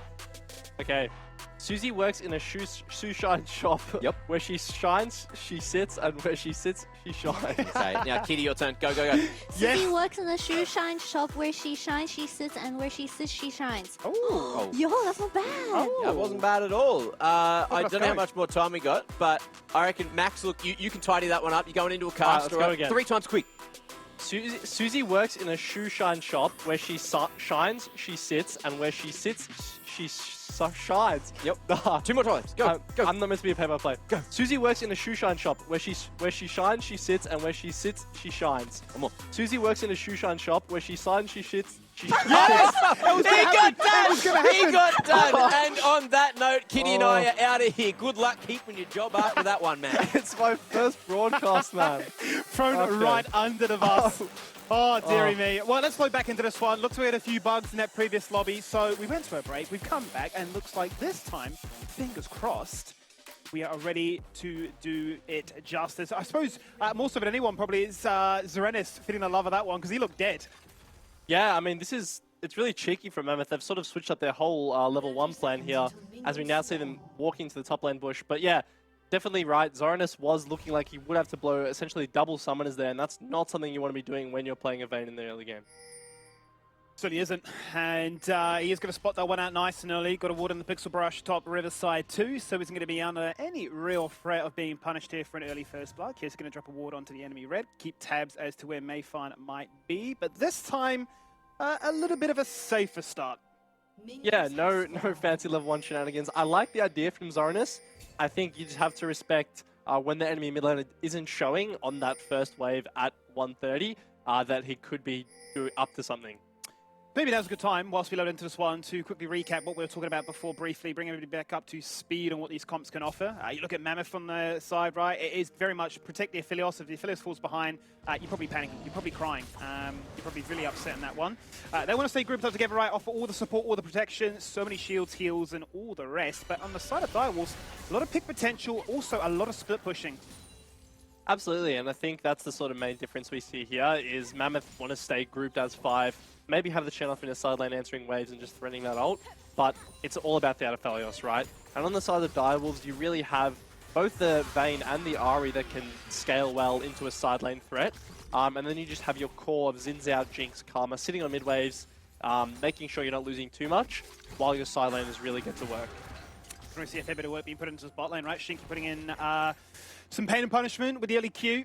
Empower that one nice and early, and Voice feels that. I suppose this is interesting, right? Because we have seen Rocco in particular be one to say, I'd rather play Zillion. And I think even Rusty mentioned, right, why play Zillion when you can play Karma? Well, this is what it looks like. A lot of agency in lane, a lot of punishment. You don't have to worry about those fancy feet with the double bombs. It's just a Q to your head and you're gone. Exactly, and I think we're seeing some of the benefits of having this Jinx Karma locked in. I mean, Karma is just such an annoying champion at level 1 with that Mantra Q, essentially being able to just reliably poke your AD carry. And same with Jinx, right? Jinx having very good range. Aphelios at level 1 not even having access to any abilities, right? So that bot lane prio sort of playing out like how you'd expect it to. Early indications here, just looking to try and get those double buffs as quickly as possible, match the tempo of one another. Let's see though where the aggression does stem from, because at this stage you'd imagine that Zerenis is going to be loving his life. I suppose being a top laner yourself, Max, which would you rather be playing in this matchup? Oh, it's so obvious it's the Vayne. Like, it's so rough as Shen in this matchup. You really can't do anything. You're essentially just relegated to stay under your tower and farming. The only real winners you have to look for plays are when your jungler comes up, and maybe you can get a taunt flash and kill the Vayne. But as for now, especially with his jungler pathing down, Tron's just doing what he needs to, catching farm under his turret. Certainly is, and it is going to be a bit rough until at least level 6, or until that Trundle does poke his head into that lane. Mayfun, as you can see right now, however, is going for a bit of scouting. He's going to realize that the blue is gone, so Bulldog may just be pathing the opposite side of this map. A quick check-in with mid lane. Seems to be even at this stage, but I am so curious to see how this works out for Fury. Yeah, well, Bulldog is coming around mid lane now. It'll be interesting to see if Fury does drop a ward, or whether Bulldog will be able to sneak in here unnoticed. As for now, he doesn't see him. I think he caught him on vision there. Yeah, he may have just popped his head in, too eager for that level 1 gank, or I say level 1, that early game gank rather, looking for the first blood. But hey, the longer this goes on, I think, as Bulldog, the happier you are, right? Because as long as you're not giving up plays in the early game, if you are just being really stable and then letting your team sort of shock call you through the later stages of the game, you're really happy if you're a Direwolves fan. Curious to get caught out of trouble here. Couldn't really be under too much threat. Obviously has a flash. Level 6 not too far away for the Spirit Rush, and it becomes really difficult to try and punish with that regard, but level 6 for both these mid-jungle duos will offer a lot of pressure. Now, here's an interesting talking point. Bulldog is making his way towards top side. There is no vision whatsoever that will give Tron the palm an indication this is about to take place. Question is, will they go for a dive? I think the Bulldog's just being really smart here and just saying, hey, I know that Mayfan can be around here. I know that you have a big wave under the turret, Zoranus. You want to be harassing the Shen. So by just basing in that bush, it gives Zoranus a bit of extra freedom to sort of keep playing with this reckless abandon that we're seeing him play with. The interaction there, obviously going for the taunt, an easy tumble away, and fizzles all out. Also would have seen for the minimap that Mayfan was in the area, was considering it if anything was to take place, but obviously the moment was not presented in a fashion they were comfortable with. Holding on for dear life, though, with that first plate soon to fall on down. Them are pushing the life of an AD carry top side. No wonder, though, if you are a top lane, if you're having more fun on, say, a Lucian or on a Vayne, because they both had their time. Yeah, I think Vayne is like, when you think of annoying ranged AD carry top laners, Vayne is probably the one that most top laners hate playing against, right? Because not only does she have that range, does she have the mobility from her Q, but she's got to condemn. Right, so even if you do manage to get on top of her, even if you do manage to use that taunt, she can always just E you back, and if you're standing near a wall, you're getting stunned, right? So I think that Vayne is really frustrating for the Shen to play against. And to be honest, I don't even think in a 2v1 situation where the Trundle comes up, that it's a reliable kill, right? Because Zoranus has opted for the Ghost, there are a lot of situations where he can literally just pop that and run out. So I think if you are wanting to kill him, we're going to need to see Fury or Rocco make an effort towards his top side. Also gets even worse and compounds further when the ultimate's active as well. Here's the first little initiation attempt from Voice as he goes down bot side. Hits to grab some, locks him in place, but Mayfun going to get caught by the Jinx Chompers. So unable to assist any further than just that initial harass between the two AD carries. But he gets the flash, right? And that's something quite big, I think, especially if you are looking, as Mammoth are, to play towards this bot side.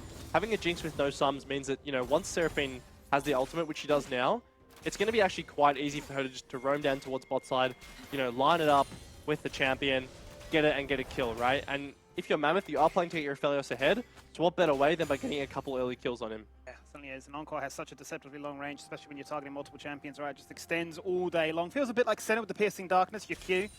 And you're thinking, how on earth have I just been sniped by that? So that Encore could be huge, but just have to wait and see how they set up for this one. Will Direwolves entertain them? Because you'd imagine right now, they're quite content just staying in lane, firing up a Storm. Begs the question, will Mammoth look to try and flip the lane if they do go for this first Herald?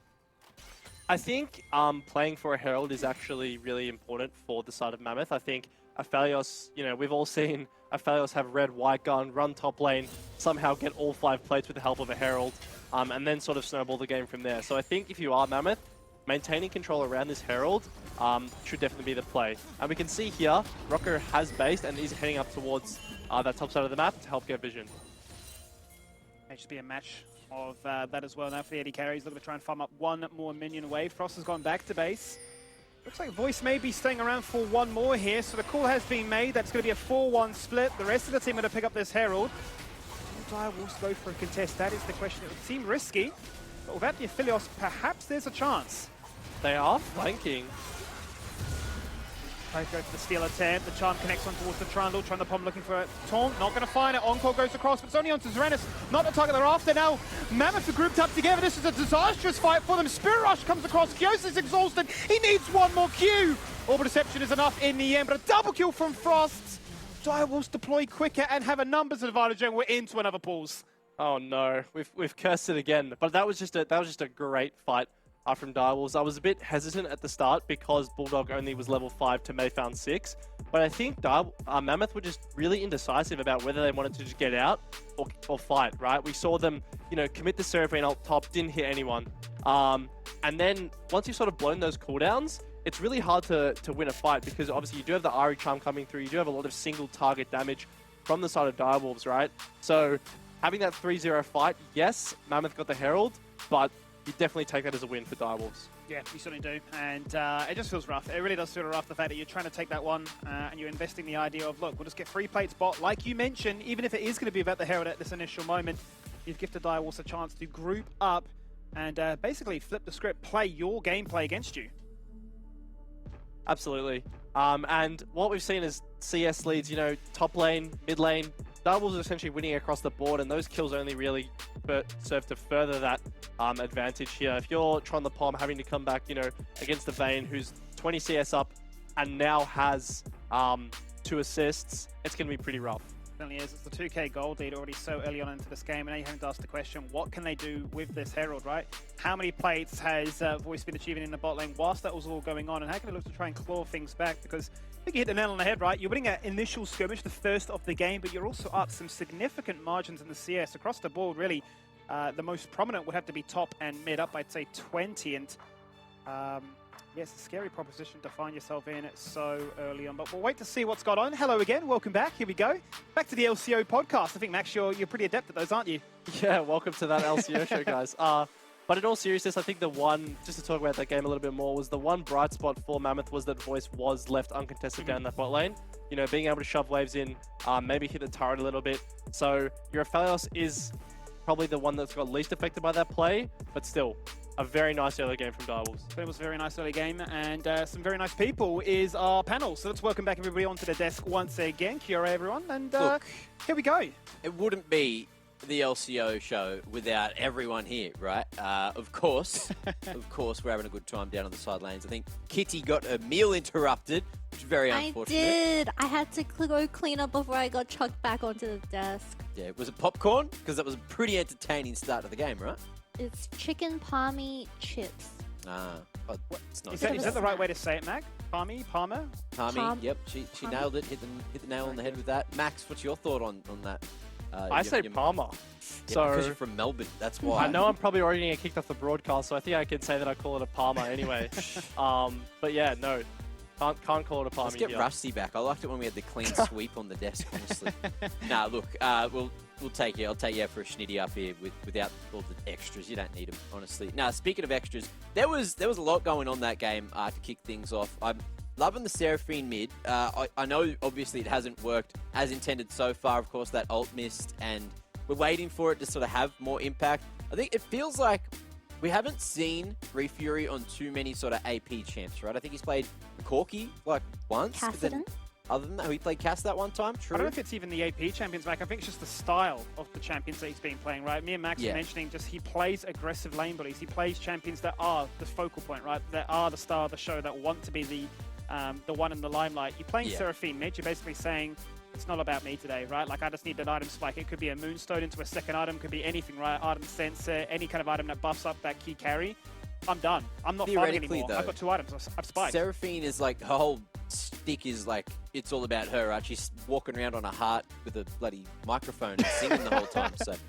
Either way, look, it's not all about us either. It's all about you guys at home. So we've got some From the Fans content to quickly carry us into wherever the hell we're going with this. Now, let's have a look at what it is. Of course, it's going to be a nice, beautiful, rusty clip here in the ARAM. Max, you love a good ARAM, don't you? Talk me through this.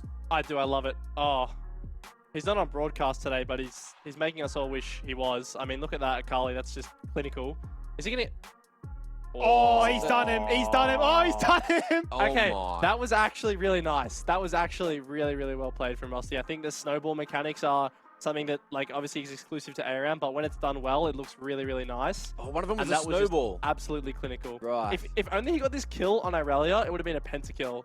So Such a good snowball. shout out to Morgana for stealing it, but very nice. See, I fully missed that snowball because I was watching him run like back down, and then he jumped back up the other way. I was like, wait, what? Did he have a mark on? What's going on there? Completely forgot snowball mechanics were even in ARAM. Even though, look, I just rely on Blitz honestly to do my sums. So sometimes I get snowballs, sometimes I'm just flash ignite. So is what it is, right? Yeah. Dude, Snowball is so broken in that mode because honestly, you can do so much with it, right? First of all, you can chase kills, but also whilst you're traveling, you're immune to damage. Like, I've actually used Snowball to like cancel out like a Karthus ult. So as he's Requiem, I'm like jumping through space and time, and he's just molding. Like, he's just dead. He's not going to get a Dark Harvest stack from me. Not today. It's not free. But look, he might have been molding. You guys at home, you're probably molding too, because we're going to be going to a quick break, but we'll be back with the LCO just after.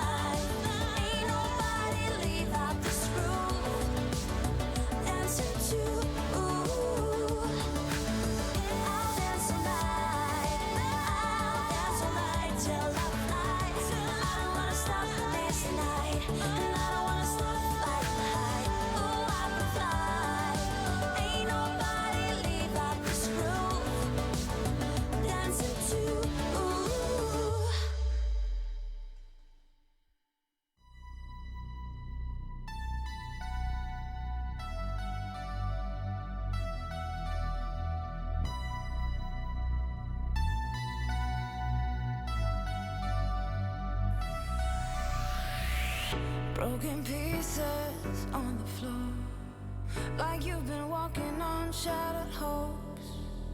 I can't believe I didn't see, but now I make you nothing but a memory. I take a step back so I can move on. Been on the wrong track, you're not the one, no. I take a step back so I can move on. Been on the wrong track, you're not the one, not the one. We've been blinded for too long. Now we cut those strings for good, and we gone. You got me real close, time to run. My broken heart and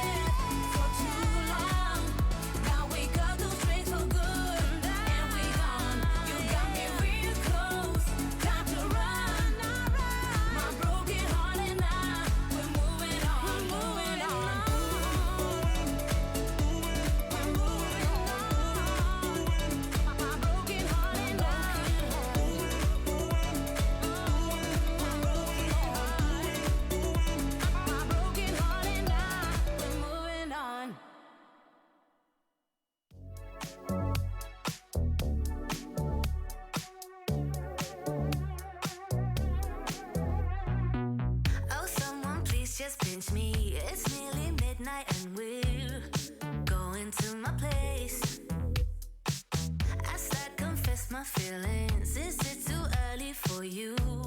It's clear now I know what I wanna do. To you, I lose myself right now. Will you come through?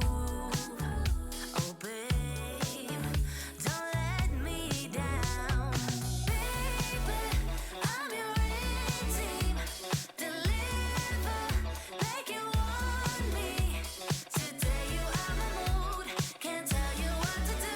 Just treat me as your A-team. Baby, I'm your A-team. Deliver like you want me. Today you are my mood. Can't tell you what to do. Just treat me as your A-team. I woke up late this morning, ready to be alone then. I saw you laying next to me. What? My bad, I'm not used to this, but I can get used to this. I'm all up in my feels right now, so into you, I lose myself right now. Will you come through? Oh, please, I lose my mind. You know you're just my type. You really caught my eye. You know you make me high. You make me lose my mind. You know you're just my type. You really caught my eye. You know you make me high. You make me lose my mind. Baby, I'm your A-team. Deliver like you want me. Today you are my mood. Can't tell you what to do. Just treat me as your A-team. Baby, I'm your A-team. Deliver like you want me. Today you are my mood. Can't tell you what to do. Just treat me as your A-team.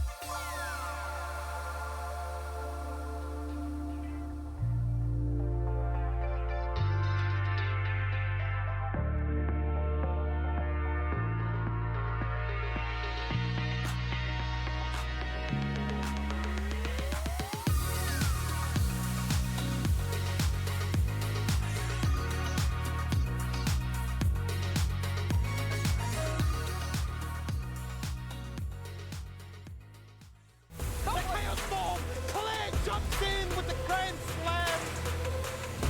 Do something right now. Sonic Wave is there. It's getting low and low. Butterfly, they've stolen it! Mammoth have got the Baron!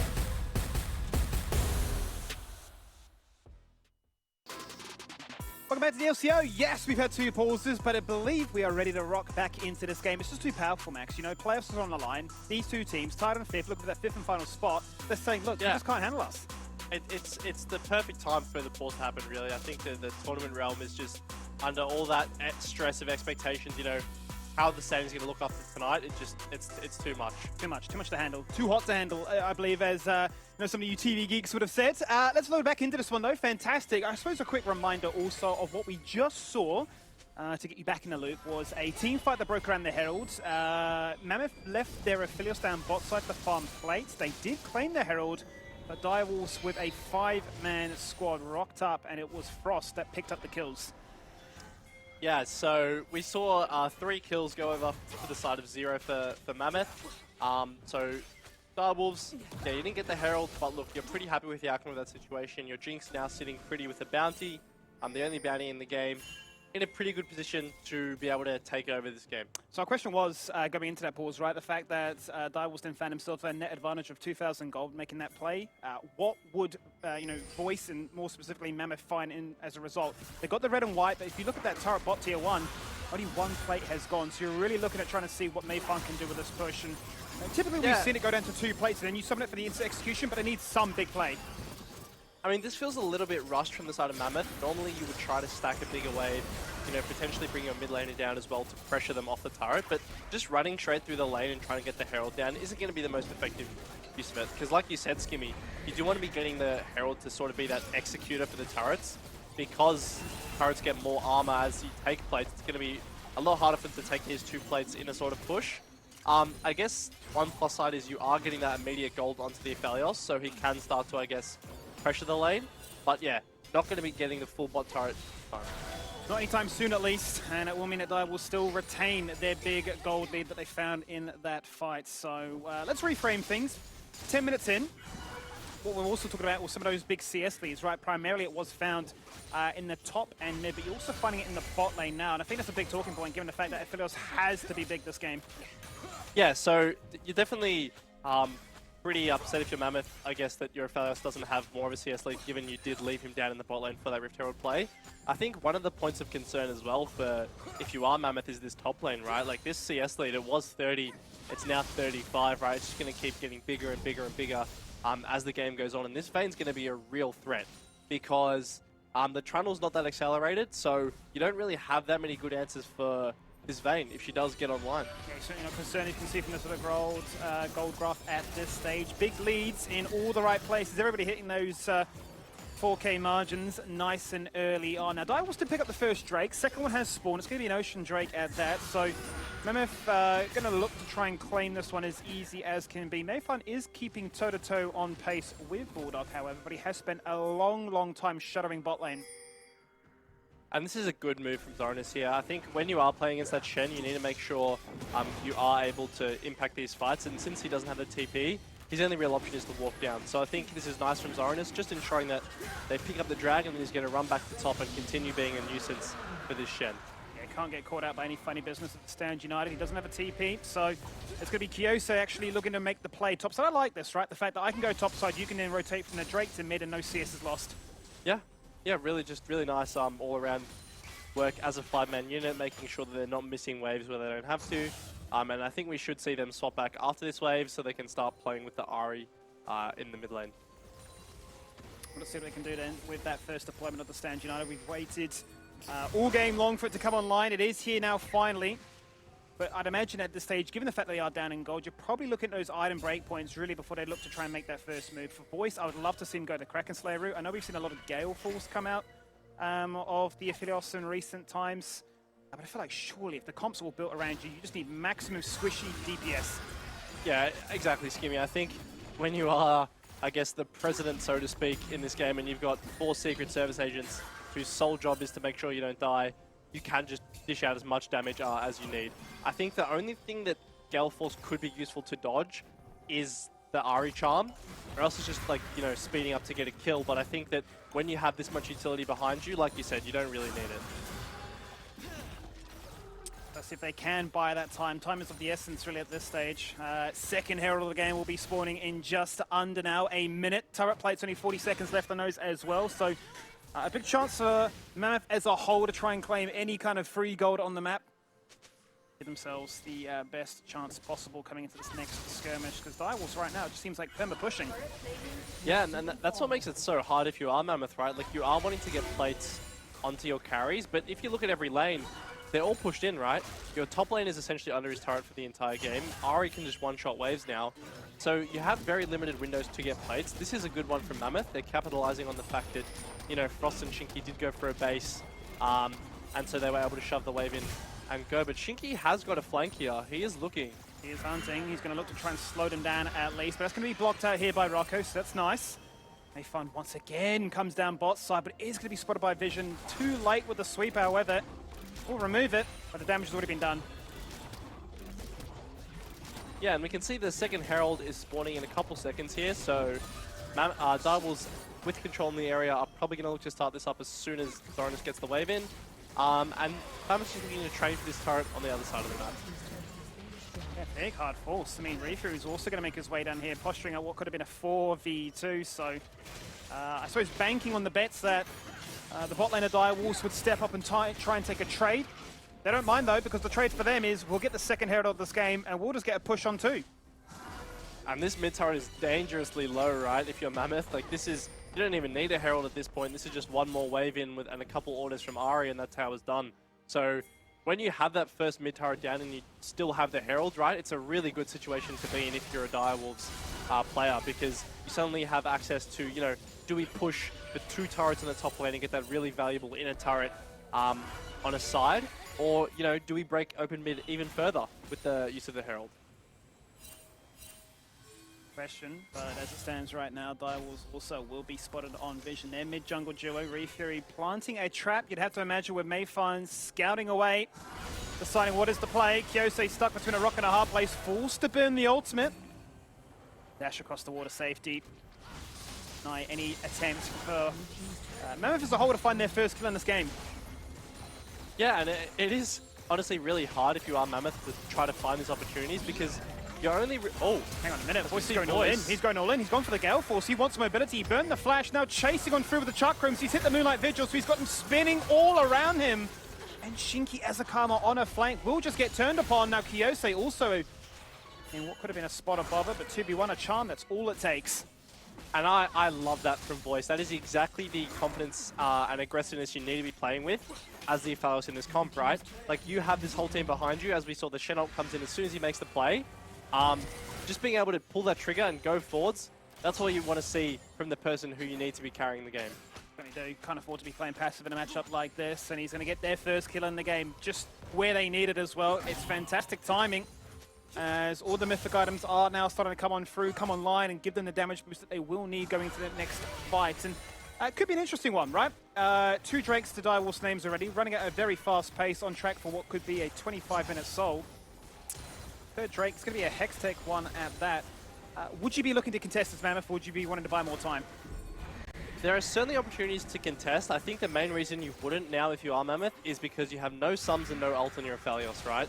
So, obviously, even though you do have all this shielding, the Ari, who is very strong, you know, 1.5 items here, has access to that flash, so can always look for a charm flash. And if that hits and your Aphelios dies, the fight's just over, right? So I think what Mammoth is saying here is, okay, we'll give this dragon, we'll try to get a couple more items on our Aphelios, and then come to the fight, come hopefully with summoners, and look to win then. Summoner checks is always so important. We look at summoners, we look at also the stopwatches once they come through in those later stages, and the respawn time has become just that high. But look at the, the consequences, the aftermath really of what that play meant for Mammoth as a whole. Now Voice has bullied his way into that top half of the overall gold. Not too far behind now. And it's what you want to be seeing if you're a Mammoth fan, right? You need this Aphelios to be ahead. Sure, he didn't get the best start, but he's definitely, I guess, fighting back in the CS department and fighting back in the gold department. Like, 300 gold realistically isn't that much at all between 80 carries. It's like a dagger, right? So I think you're not too upset as a bit of poke goes down to Tron. Teasing, wasn't he? He was certainly getting into Shen's face and saying, gotta be careful here. Also, he has teammates ready to back him up, looking to try and steal away some Krogs. As it stands now, it feels like we're at a laning phase now into the split pushing. This is where things become interesting, right? Because this is where you would say it favors Direwolves. My question now becomes, how do Mammoth force the fight to bring you into group up? I think when you are playing this comp as Mammoth, you need to take it really, really standard. Like, front to back is your friend here, right? You have your tanky Shen, you have your Trundle standing in the front line, and then you have You're Seraphine in the back, buffing up the Aphelios, and you're essentially just playing really, really standard front to back. If you're Direwolves, however, you want to try to disrupt that, right? You want to have Ahri coming in a flank, Xin Zhao getting in there, ulting everyone away, making himself invulnerable, and then Vayne definitely can 1v1 this Aphelios, right? If she gets an opportunity in a fight where they're isolated off to the side, Vayne will win that 1v1 10 out of 10 times, right? That's what Vayne does. He's a really good 1v1 carry. So as Mammoth, trying to, I guess, hold the battle lines and making sure they don't get too disrupted is going to be really important. I think my concern, Max, also is the fact that with the Baron spawning in just under 45 seconds now, you're worried that they might look to say, well, we need to group them up. We need to try and force item advantages or breakpoints where we can utilize that. Let's just start the Baron. Do the classic dance. That is the full sword, almost like the battle cry of come at us. But Direwolves certainly have options where they could look to just, as you've seen, hit one charm, hit a condemn, and the battle dance debate isn't as good as it could have been. Yeah, well, we talked a bit about the start of the game, which feels like ages ago now, but the Ahri being able to one-shot someone with charm, she's about to get Horizon Focus, right? She's really accelerated in this game, and so that sort of feeling of, oh, could Ahri one-shot someone? That's almost a definite yes, right, at this stage in the game. If she manages to find even a support like the Lulu or the Seraphine, she's going to do a really, really big chunk. And then you have Jinx rockets coming over the top of that, right? So I think that if you are Mammoth, you need to make really, really sure that it's either the Trundle or the Shen tanking these spells. Because if they're not, like, someone's going to die. Yeah, certainly will. Very fragile outside of those, as you mentioned. And also a big concern if they were to try and do that Baron Dance bait. They don't have the most damage. Certainly not compared when you look at Direwolves, right, with double AD carry set up. That's when things get fun, things get exciting. They can look to try and, take those gambles, take those risks, and flip the script on its head. But as it stands, nothing too wild. Might just be trimming up waves, putting them into a position that favors them, laying down some vision, and giving us a 90-second heads up for what could be a soul point decider. Yeah, and so at this sort of point, at this sort of timing, you do want to start heading down towards that dragon and establishing vision if you are Mammoth, right? Because you really don't want to be walking to this Ahri at this stage. If you have to walk in, someone's tanking a charm, it's really not going to put you in the best position to win the fight. So what's good from Mayfan here is he goes up and takes the crab, sort of gives him a bit more awareness around this Baron, right? Because Direwolves always have the option of being like, okay, sure, you can have this dragon, we'll just take Baron. We've got Vayne, we've got Jinx, we can definitely do it. But that Scuttle Crab really throws a spanner in the plans of Direwolves. It certainly does, it certainly does. And Shadow Flame is now just being completed by Kiyose. He's going to get that instant value with the amount of shielding that goes out on the side of Mammoth. So the burst, the one shot you've praised already for this Ahri is for sure not going to be felt at that 2-item spike. Rage Blade now by the Vayne, also with the Phantom Dancer on the Jinx. So big item spikes across the board. That's only going to be matched at this stage by the Aphelios. That would be the one you're after. Has gone for the Lord Dominic's Regard on this occasion. But they have managed to make their way into the river towards that Drake. That's a nasty bit of poke coming out from Shinky. I think if you are Mammoth, though, this fight doesn't look too bad in terms of setup. Like we said, they do have that sort of position in the river to be able to contest. The worry is, though, the Direwolves can just say, okay, you can have it and run towards mid, right? And then, as Kiyose goes in. Yeah, Kiyose's looking to try and be the playmaker. They've removed Mayfan. Mammoth don't have a jungler now. No smite available. They're on the disengage away, and Rocco's going to get one-tapped. Look at the amount of shielding that goes out into the Aphelios, but it just does not matter. Direwolves with the moves, the mechanics, and the mastermind plays to take down everyone. And we talked about Kiyose's Ahri being goated. Velix has said it himself, and in that fight, he absolutely pops off, being the engage for his team, landing the spells, getting the one-shots, and he got so many dashes in that fight, I couldn't even count. A triple kill. Huge for the star mid laner, the one we praise, the one we look towards. And that just means that you've pretty much guaranteed the game is working on favor for you. I mean, look at the damage breakdown. It's what you would expect. Reefy are actually putting in a sizable amount, but the concern is now you've just given away a team fight, a Hextech Soul, and that's going to be Baron. Yeah, it's really tough for your Mammoth to lose that because it's not just losing the fight, it's what comes after it, right? Unless Mayfan, he does have Flash, he could look at stealing. Bulldog doesn't have Smite right now. Getting close! He's stolen it! 36 health! No way! The biggest burger flip, well, it really shouldn't have been the case. 36 HP. They're going to remove 2 Direwolves members, 2 Baron buffs gone. Big shutdowns, big bounties.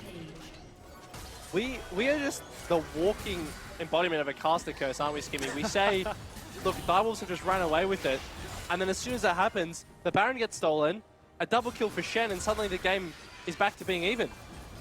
If there was anything that Mammoth needed at this stage of the game, if it looked done, if it looked doomed, that is just giving them the biggest ouch you ever see. Just like that, the power of bounties. They're dead even at getting gold. That is the craziest 2 minutes I think I've seen of play in a long time. Just the sheer swing in gold is crazy. And now, yeah, you've got Aphelios on 2 items. He's going to be able to spend his Baron money, spend his bounty money and the turret money. And suddenly you've got an Aphelios that's online. You've got a Seraphine who's 2 items. Fights don't look all that hard anymore if you're Mammoth. Huge for them. No doubt Bulldog's not going to want to live that one down anytime soon, coming in as a support, playing jungle, and losing his first smite. But it almost feels like a rite of passage, right? You've got to go through those moments where Barons, Drakes, big moments in games of Luigi. Absolutely, absolutely. It's just part of the initiation into being a jungler. You're going to have stuff stolen, it's gonna happen to you. But it'll be interesting to see how Mammoth actually managed to make use of this Baron.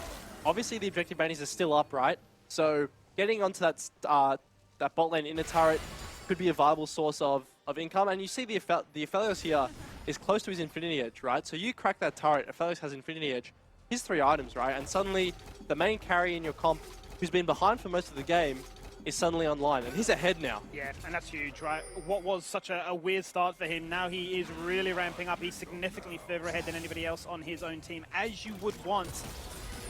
But right now I'm looking at that Ahri. Look at the impact that Kyose's brought. He's the only one now on his side that has that bounty. That's a 1k shot then, and that would really throw a spanner in the works, because this has been a very powerful Baron in terms of catching up.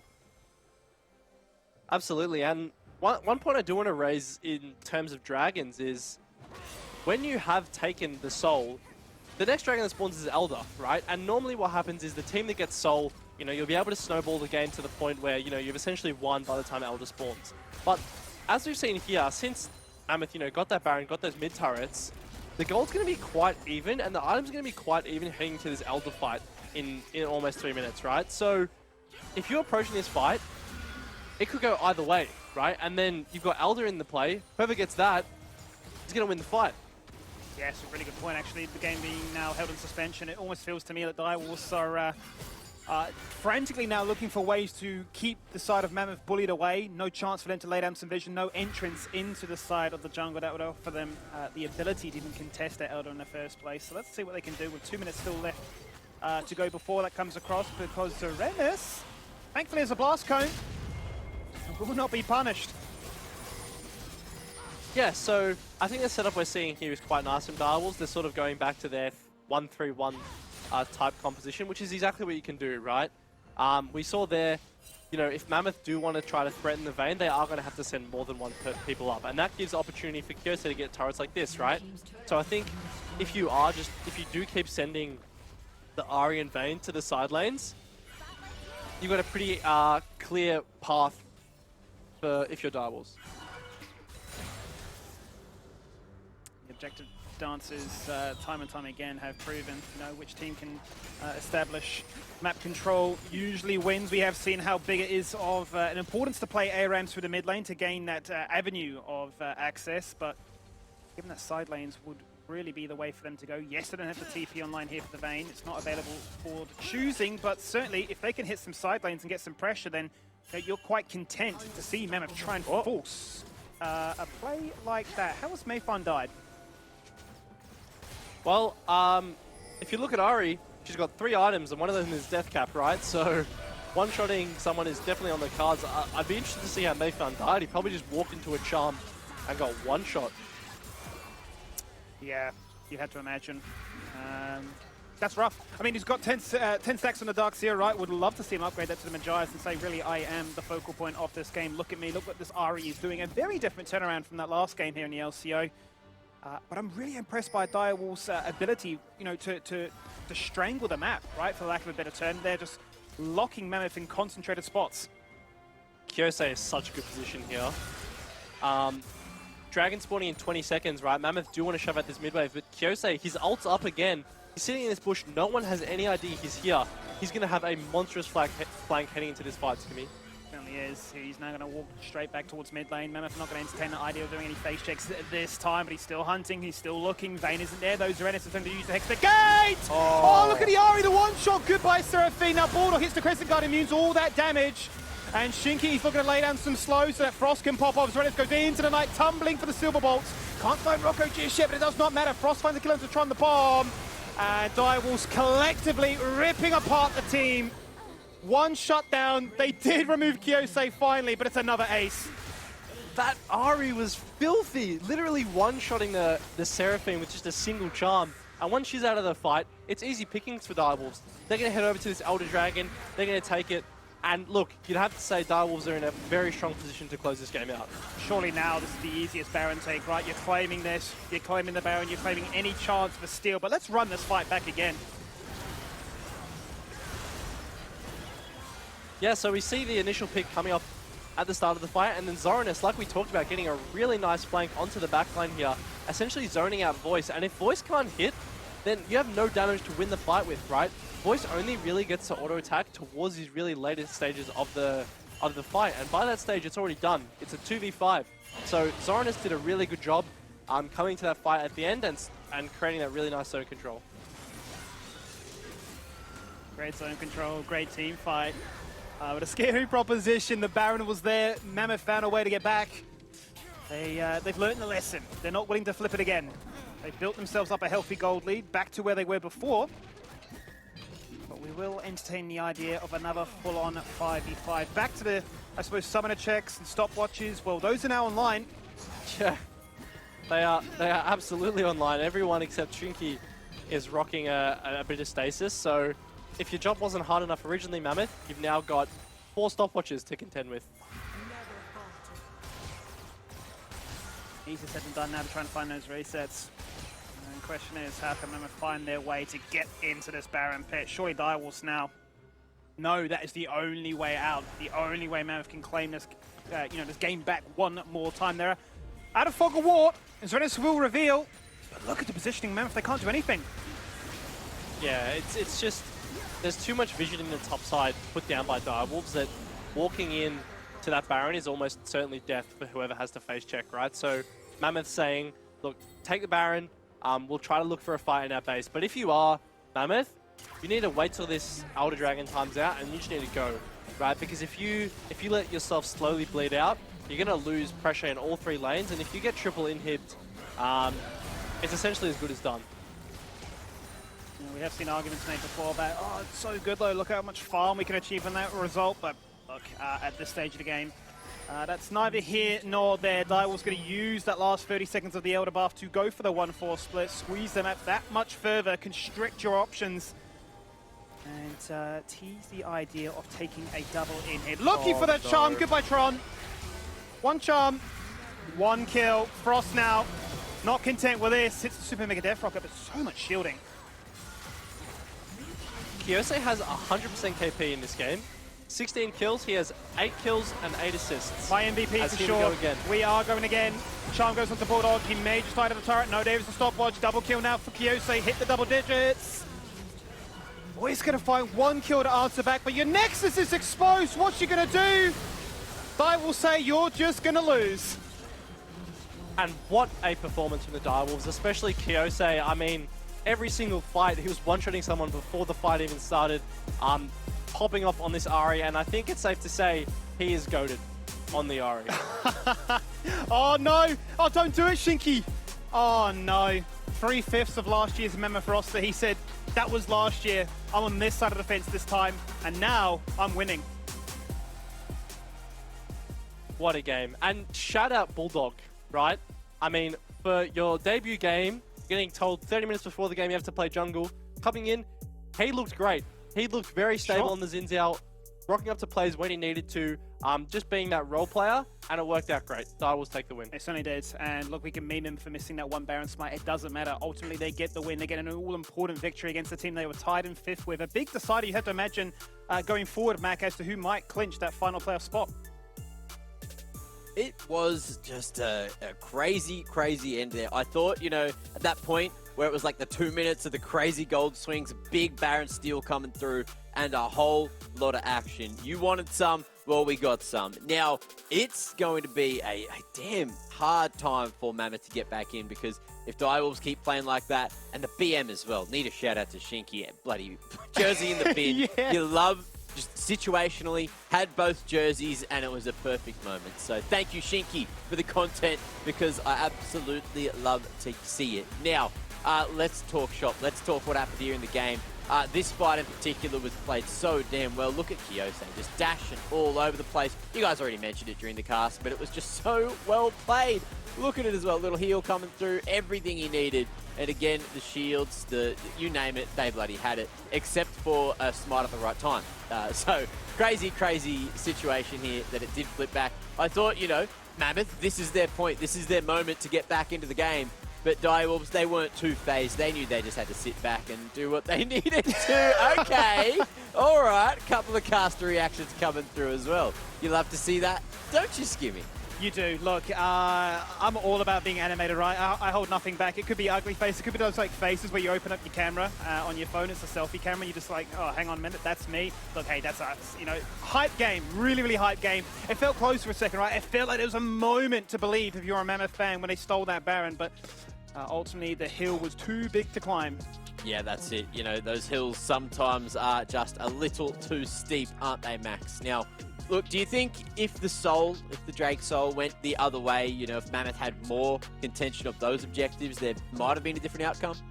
Yeah, I think if you are Mammoth and going in to review this game, you sort of need to think about if there was a potential way for you to secure one of the early Drakes, right? Because what we saw Direwolves do was essentially keep their foot on the floor. They contested every Drake essentially as soon as it spawned, right? And once you have this Soul coming in that early, it sort of reduces the time that Mammoth have to scale. And when you are this comp as Mammoth, you want your fellows to be getting to those 3-4 items and then sort of fighting, right? Because everything up until that point, you know, there's just too much damage from the side of Direwolves to be able to reliably fight.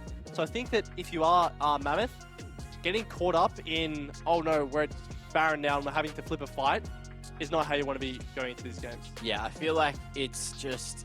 Look, something went wrong for Mammoth today, and we're not too sure what it was, but hopefully they can pick up the pieces and make it happen because we're pretty damn close to getting into that third round of games. I think there's maybe 2 left here in round 2 before it's rematch time yet again. But also, maybe I feel like Refury, he didn't have that impact that we're used to him having, right? So maybe it was the champ he was playing, but maybe it was also just the fact that Ari was in the hands of Kyose and he couldn't do a whole lot, Skinny. I mean, you take a risk, right? I feel like there's ever a meta where you can look to try and pocket your AD carries. If you had that belief, right? You're lethal tempo, you're getting a couple of items online with a champion that can pop off in that fashion. I think this would be one of those patches. One of these moments in sort of League Esports to try it. They took a risk. Ultimately, the gamble didn't pay off, right? And back to the drawing board, I suppose. Back to the drawing board, indeed. Someone that has very great art skills is Kitty, so let's bring her back into the conversation. Better than mine. You know, my picture of Lisa the other day was terrible. Who are you drawing down for the winner's interview? That's what they win, right? Like, you get to draw a nice little portrait of them? I will be doing a portrait after this game of King Kyose. He did so well on the 21k damage. Ari, hello Kyose, how are you doing? Hey. Well, not how are you doing, how are you feeling? Pretty good. Like, it was a win. We needed that win because we were tied with them. And yeah, so it felt Yeah, you good to guys win. were. You guys were tied for 5th place, but you guys are now 1 win ahead. But let's talk about your amazing performance on the Ari. You had really good initiations for those team fights, hitting all the E's, even getting some picks. So with Bulldog actually being subbed in the jungle, who had the honor of making those calls in team fights? Well, it was a mixture of everyone. Like, we couldn't do anything about it. Gudo was sick, so, you know, Bulldog had to sub in. And yeah, he played really well, and everyone honestly comped. Like, we didn't need a comp because we had basically had an autofilled jungler. It was like a solo queue game. But yeah, he played really well, so ended up going good. If I ever get Bulldog in my solo queue game on the jungle, I will not be dodging him because he is so good on the Xin Zhao. But let's talk about Ari being left open. So, you know, Mammoth disrespected you, King, and left Ari open, where you actually ended up with a 100% KP on the Ari. What message do you have to say to the other teams heading into playoffs soon? Well, like, this was the only game I actually did get Ari, so if I keep getting Ari, it's just a free dub. So yeah, if they can leave it unbanned, it'll be good. It will definitely be good for Dials. Well, thank you for the interview and get a good night's rest. Likewise, see ya.